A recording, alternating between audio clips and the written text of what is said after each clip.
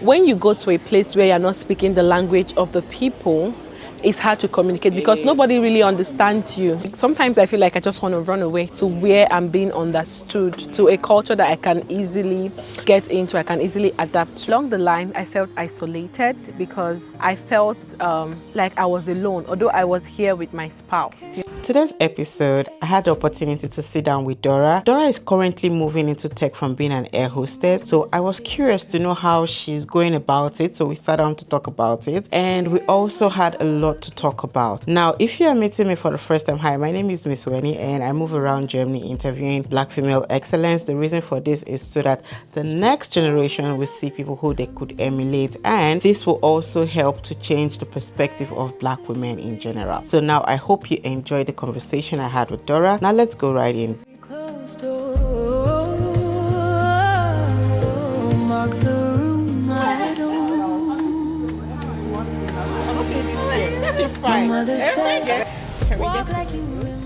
Hi, Winnie. I'm happy to be here. Thank you so much for doing this for the African community. My name is Dora. The full name is Dorothy because people always confuse. Is it Theodora? Is it Fedora? It's Dorothy, but I prefer to be called Dora. I am currently undergoing a retraining program here in Germany. I have lived in Germany for 2 years and 9 months precisely now. And yeah, I'm navigating a new career path. I left my old career when I packed my bags and left Nigeria, so I'm basically starting all over again in Germany. Okay, speaking about Nigeria, can we get to know who Dora was before she came to Germany? Okay, I actually love to talk about my my previous job experience, my previous role. I was someone who had built a life that I was proud of, that I am still proud of today. I had a career in aviation. I used to be a flight attendant. I used to be in control. I used to wear all those pretty uniforms. I used to roll the box, go to job, do a job that I like, get to meet people, get to exchange contact, pleasantries with people. But I moved to Germany. How long were you an air hostess for? For 4 years, approximately, yeah. Were you never scared of the skies? Not like I wasn't scared of the sky, but it was just a profession that I had loved. I had a passion for it, so I never had flight sicknesses or trouble sicknesses. Okay. There were turbulences here and there, but it was always something we were trained to navigate. It was a structured, fast-paced life. Every day was different because there was always a system in place. The pre-flight check, the safety checks. So yeah, basically. Yes, the demonstration. Yeah, that is the safety demonstration of the exit of the aircraft and all of that. Yeah, it was a beautiful experience for me. I enjoyed that role. I had flew for 4 years, 4 amazing years, and till now I still kind of visualize myself in the cabin doing my thing. Yes, I actually do.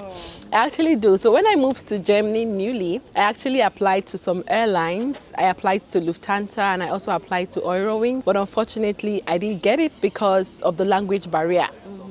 Yeah, so they needed me to have at least B2 or a C1 to be able to fly here because of the language. Of course, did you check international flights? Yeah, I did. I think I checked Emirates as well. But as well, Lufthansa for international. Basically, their criteria was either a B2 or a C1. Like it was a requirement. Are you kidding me? Yeah, they had a requirement. You know, when you're applying for a job, there are specific requirements that if you don't have them, the system automatically filters you away. Yeah, so that was the requirement. And at the time, I had just come into Germany. That was 2023. I didn't even have a B1 at that time, and I went ahead to apply. I was just testing the waters, of course, and I got some rejection, which led me to sit back, restructure, and then rethink, do I really want to do this long term, or do I want to take a step back? So generally, your life as an air hostess in Nigeria was awesome. That's what you're saying. I loved it. Oh my God. Did you always imagine you would leave Nigeria one day? At the time when I got the role, I was trying to build something for myself. Like I was trying to get to be maybe a crew lead, you know, and then probably end up as a cabin manager, you know, crew manager. That was the goal at the time. But things started changing, and then I felt like, okay, you know what, we could fly international. And then Nigerian Airlines has started flying abroad. Some airlines we started doing abroad routes, UK. So we're going to South Africa and the rest. Yeah. So I was like, I wanted to grow in the role, honestly. Nice. Yeah. When you first heard Germany, what was in your mind? German language, communication barrier. That was the first thing I had in my mind, because when you go to a place where you're not speaking the language of the people, it's hard to communicate because nobody really understands you and you don't understand them. You're not, you know what I mean? Exactly. So there's that barrier already to start with. So it was always a problem. Although, plot twist, I had actually studied linguistics in the university. So I took German courses as electives in the university. So in 200 level, in 200 level and 300 level, we studied German as electives. So would you say your German level was like A1? What did you guys study? Was it like A1? Yeah, we studied like everything, basically how to make, you know, sentences, basically everything. It was a course. So we had a lecturer that was already visiting Germany to and fro. So I think he had maybe C2 German at the time. Of course, like I said, he was a lecturer, so his German was good. And not to brag, I had a B in German back in the university, yeah. But I didn't know I was going to end up in Germany, honestly. That's crazy. Was there a moment you questioned yourself or your decision to move to Germany? I still do. I know, all of us do. I still do. I still do till tomorrow, like sometimes I feel like I just want to run away to where I'm being understood, to a culture that I can easily get into, I can easily adapt to. So far, so good. It's been almost 3 years and I'm still trying to adapt, you know? Okay. Yeah. We'll keep on trying to adapt. I'm almost 8 years and I'm still trying to adapt. Yeah.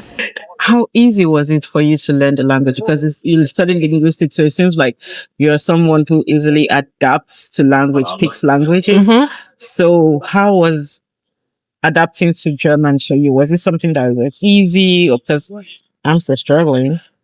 Okay, so I think I studied linguistics. Basically, what is linguistics? Linguistics is the study of the structure of languages. Really? Yeah, that is what linguistics is. So in the process, like I said, I did German language. So we already taught about Germanic language, how the structure is. So I already had this understanding of how the language functions, right?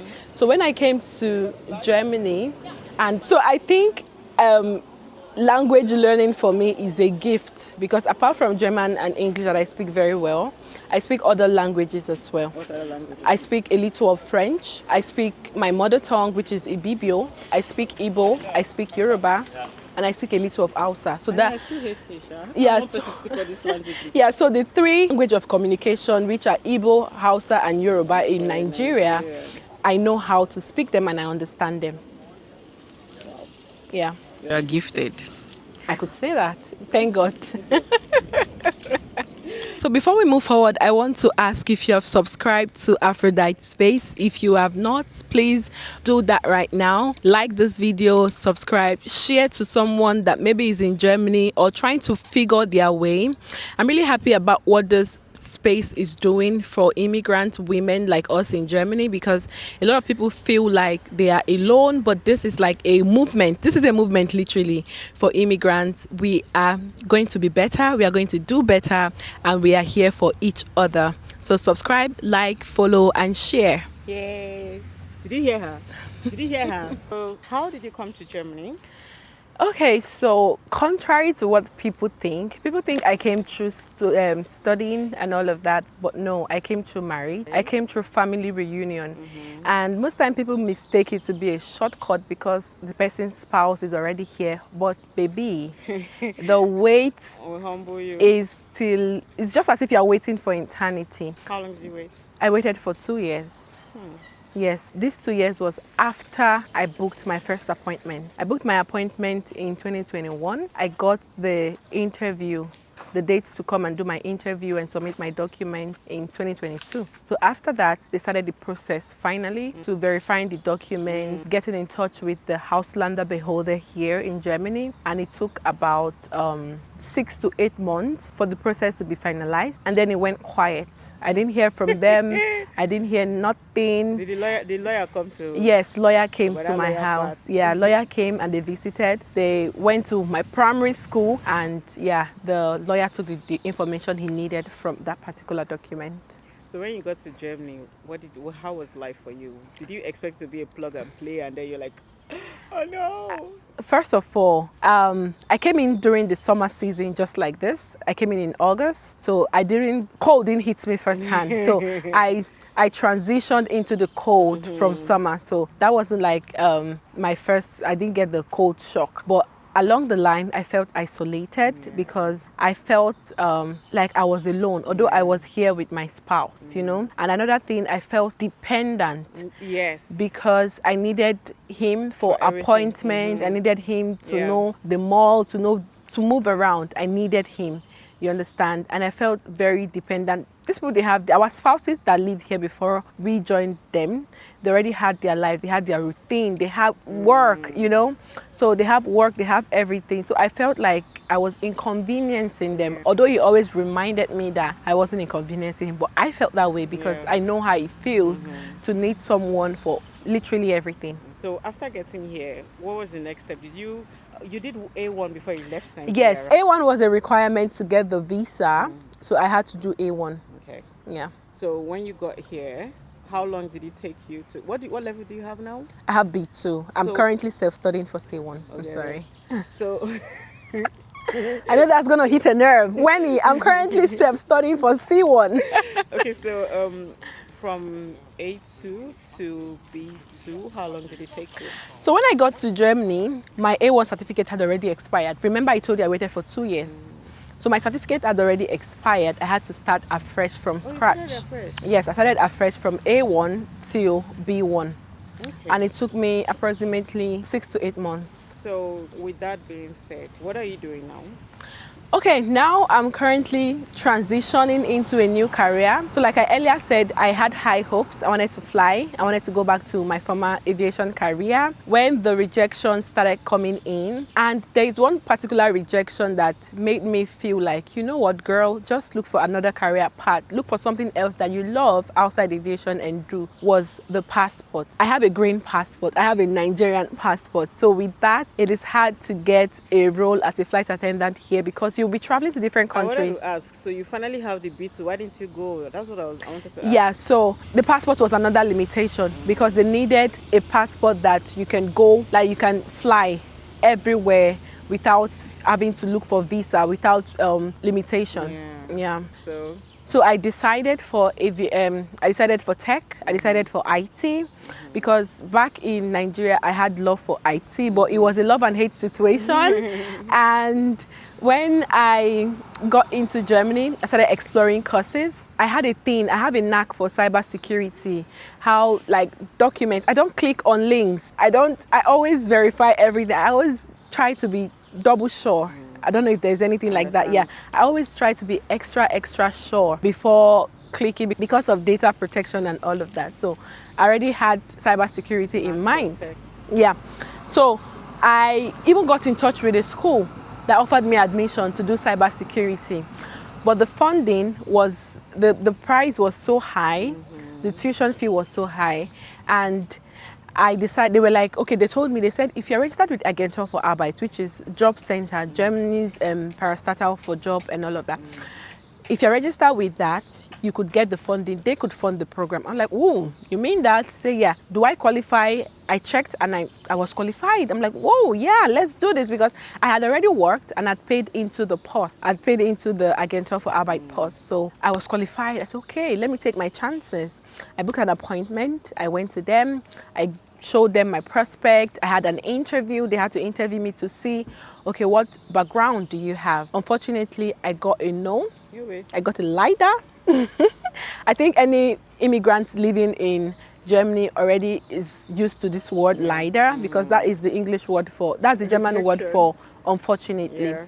Yeah. So when I got the no, I persisted, because when you get a no like that, they'll give you 14 days grace. There's a 14 days time where you have to appeal. So I did appeal, and they called me in. They said, it seems you're very interested in doing this thing. We have another role that you could start from, because you need the basics. That was what I was told. You need the basics. You need the background. Oh, that's true, girl. You don't even have IT background, and you were going straight for cybersecurity. Yes. Big So eye. it was like it was like a fast stretch for them. So they were like, why not start from the scratch? So I looked at the offer. I went back home. I did my research.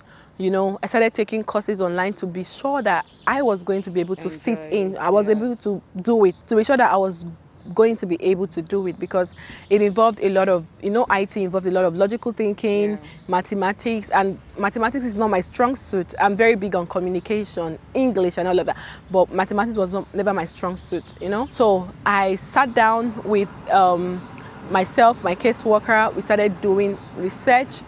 I searched for what I would do that doesn't involve a lot of Much mathematics, that is not maths heavy. That was how I ended up with fac informatikerin for system integration. So that is IT specialist for system integration. So it's nice to see that you are doing this. So what's this? Is this Ausbildung, Weiterbildung? It is retraining. It is called Umschulung in German. It's basically leaving your old profession completely and retraining to enter into a new career path. Completely? Yeah. Aha. Yeah.